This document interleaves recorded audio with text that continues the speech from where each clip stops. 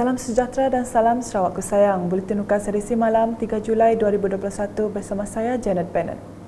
Tumpuan berita, Ketua Menteri Sarawak, Datuk Petinggi Dr. Abang Abdul Rahman Zahari Tun Datuk Abang Openg telah melakukan lawatan ke Pusat Pemberian Vaksin PPV secara bergerak di Dewan Serbaguna Datuk Daud Abdul Rahman, Kampung Matang, Batu 10 pada Sabtu. Dalam sidang media selepas lawatan tersebut, Ketua Menteri memberitahu program outreach vaksinasi bergerak yang diadakan bertujuan memberi suntikan vaksin COVID-19 dengan menggunakan bas di kawasan pinggir bandar yang mana ia mempunyai prosedur yang sama seperti yang dilakukan di kawasan pedalaman. Ujar beliau, pendekatan seperti itu sedikit sebanyak turut menyumbang bagi menjayakan sasaran 80% rakyat Sarawak mendapat suntikan pada bulan Ogos ini. Saya telah difahamkan bahawa hari ini mereka akan menyuntik kira-kira 1,000 di kawasan ini. Dan ini membolehkan rakyat kita untuk mendapat suntikan tanpa pergi ke tempat-tempat yang lain. Yang pertama ya. Yang kedua ialah mereka yang uzur yang tidak dapat keluar untuk mendapat suntikan. Seperti mana yang kita lihat tadi ini, mereka ada mempunyai satu tim lagi pergi ke rumah dan memberi suntikan kepada pesakit kita yang ada di rumah.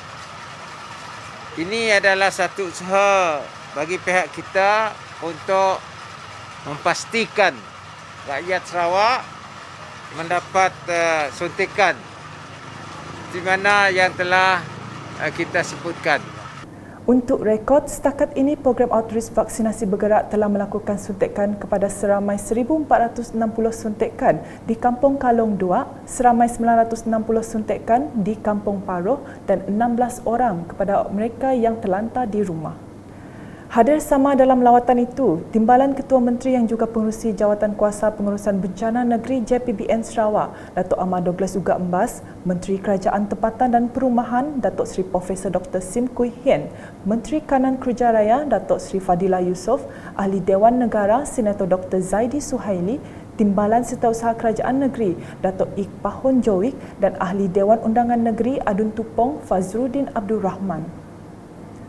Dalam sidang media sama, Datuk Petinggi Abang Zohari turut memaklumkan hampir 1.5 juta rakyat Sarawak telah disuntik vaksin COVID-19 setakat Jumaat. Sarawak, kita telah menyuntik untuk dos pertama 1,227,579 orang. Bermakna kita sudah cover lebih kurang 42%. Dos kedua 261,280 dos. Lebih kurang 10% lah sudah kita cover. Dan jumlah dos yang telah kita beri kepada rakyat ialah 1,188,859 as 2nd of July. Dalam pada itu, Ketua Menteri turut memberitahu suntikan vaksin COVID-19 di bahagian Kuching termasuk Baut dan Lundu telah mencatatkan peningkatan setakat hari ini. Bahagian Kuching termasuk Baut dan Lundu, kita telah dapat menyuntik 304,570 suntikan pertama. Kalau 2 hari lepas, kita mendapat 290 di Majma dan hari ini sudah meningkat kepada 304,570.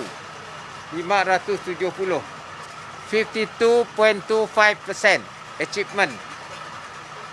Dan juga dos kedua di bahagian Kuching, kita telah menyuntik 62,367, 11%.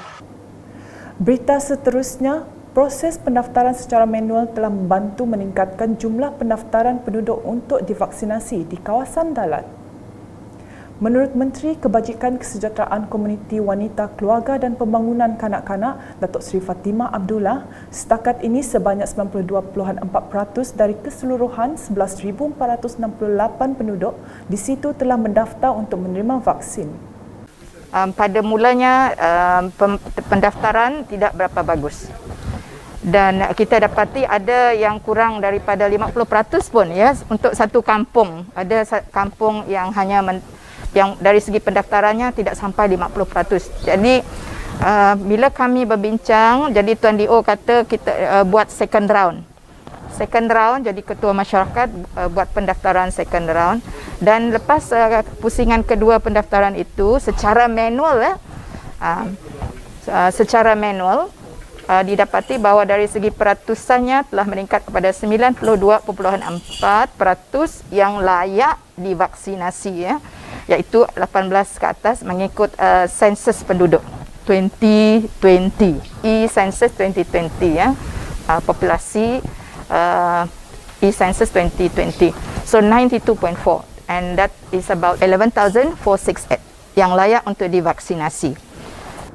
Beliau menjelas demikian ketika ditemui semasa meninjau proses pemberian vaksin di Dalat baru-baru ini. Menurut adun Dalat itu, pasukan vaksinasi bergerak juga turut digunakan bagi memperluaskan lagi proses imunisasi selain PPV di Stadium Perpaduan Dalat. Di Dalat ini ada satu pusat vaksinasi iaitu di stadium. Jadi itu satu, dan juga mobile team. Dan mobile team telah mula menjalankan outreach untuk memvaksinasikan penduduk di kawasan Rumah Panjang, iaitu di Ulu Baoh. Selesai pada hari Ahad yang lalu. So dan pada hari Ahad juga rekod 1,000 hari itu. Stadium dan juga mobile team bila dijumlah pada hari Ahad itu sendiri 1,000 doses vaksin. So 1,000 people were vaccinated through concurrent process di stadium dan mobile team. Dalam program berasingan, Datuk Seri Fatimah berkesempatan melawat tapak pembinaan parkir di Pasar Dalat yang telah siap sepenuhnya di bawah program transformasi luar bandar RTP dengan menelan kos sebanyak RM500,000. Satu, ia telah dapat mengubah tempat tersebut untuk kegunaan iaitu tempat letak kereta, dan dengan itu menyediakan lebih tapak letak kereta, yang mana kalau terutama sekali hujung minggu masalah parking juga dihadapi oleh Dalat, Pekan Dalat ni. Jadi dengan tambahnya tempat letak kereta sebanyak iaitu 37 petak untuk kereta dan 37 untuk petak lagi untuk motosikal, maka kita dapati bahawa dulu isu parking atas jalan tu pada hujung minggu itu maka ianya dapat diselesaikan, alhamdulillah. Katanya satu jawatan kuasa pengurusan turut diwujudkan bagi menguruskan permohonan peniaga untuk berniaga di kawasan parkir itu nanti. Selanjutnya, proses pemberian vaksin secara bergerak menggunakan bas di Sibu memulakan operasinya pada Jumaat. Menurut Menteri Muda Perumahan dan Kesihatan Awam Dr. Anwar Rabai, merangkap adun nangka, misi hari pertama program itu mensasarkan kawasan zon merah di Tionghoa yang dilaporkan masih mencatat kes positif yang tinggi. Hari ini saya berada di pekarangan letak kereta Rejang Medical Center, di mana pertamanya ialah tempat berhentinya bas vaksinasi yang telah dilancarkan oleh Yang Amat Berhormat Ketua Menteri pada 2 hari yang lepas. Ini adalah lokasi pertama, iaitu di kawasan Tionghoa, suatu kawasan yang paling teruk akibat daripada COVID ini, di mana kes belum lagi turun.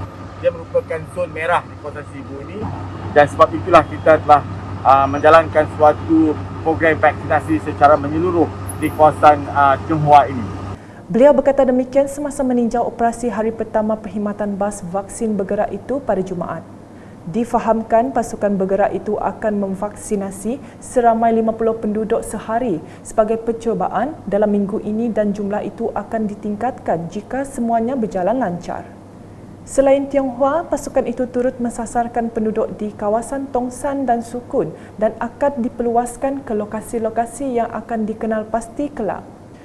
Berikut pula, Menteri Muda Pemodenan Pertanian Tanah Adat dan Pembangunan Wilayah Sarawak, Datuk Roland Sagah Wee-In merangkap Adun Tarat telah mengadakan lawatan projek transformasi luar bandar RTP tahun 2020 pada Khamis.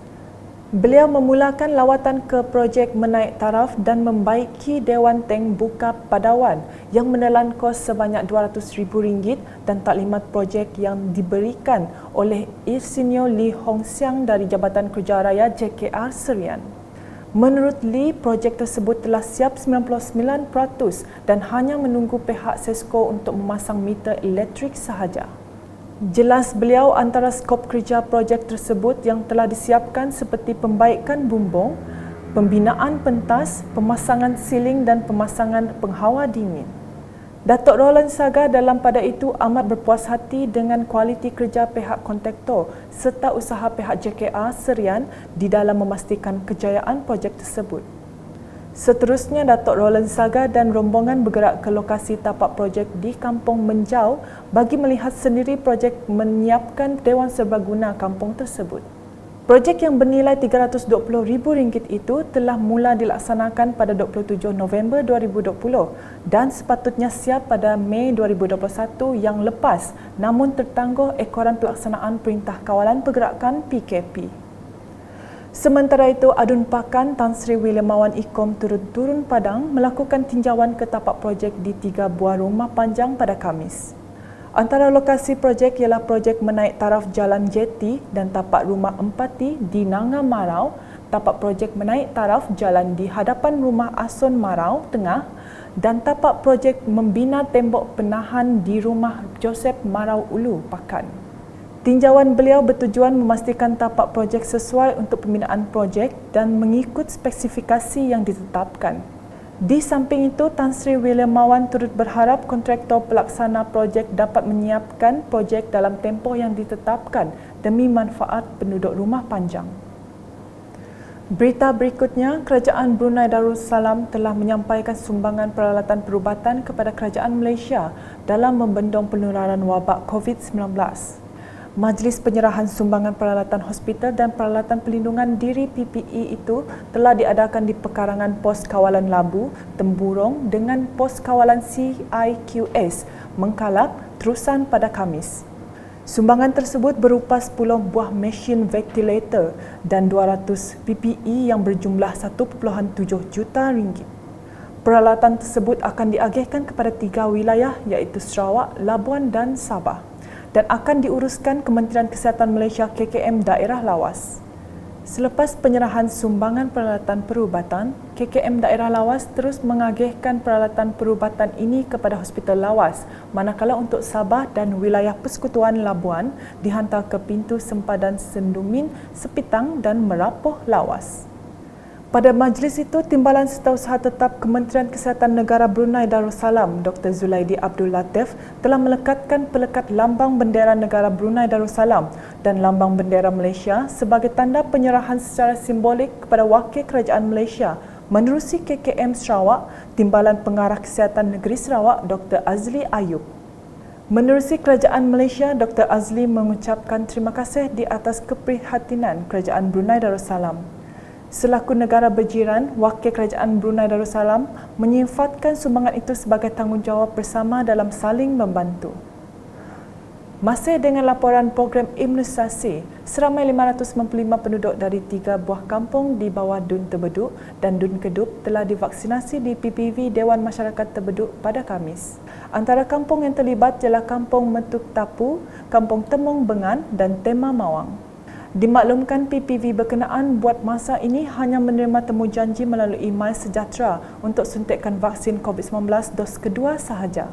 Ia berikutan penggunaan kaedah hybrid diutamakan memandangkan hasilnya lebih cepat untuk kawasan luar bandar di mana penerima hanya perlu menunggu panggilan dari pejabat daerah Tebeduk mengikut giliran. Tinjauan UKAS secara keseluruhan menepati proses pemberian vaksin di PPV Dewan Masyarakat Tebeduk bermula jam 8 pagi hingga 5 petang berjalan lancar setelah banyak penambahbaikan dilakukan di situ. Sekian dari Si Malam bersama saya Janet dan kru penerbitan. Berita lebih lanjut boleh didapati di semua platform media sosial UKAS termasuk portal ukas.sarawak.gov.my dan pastikan anda subscribe ke channel di YouTube. Salam UKAS.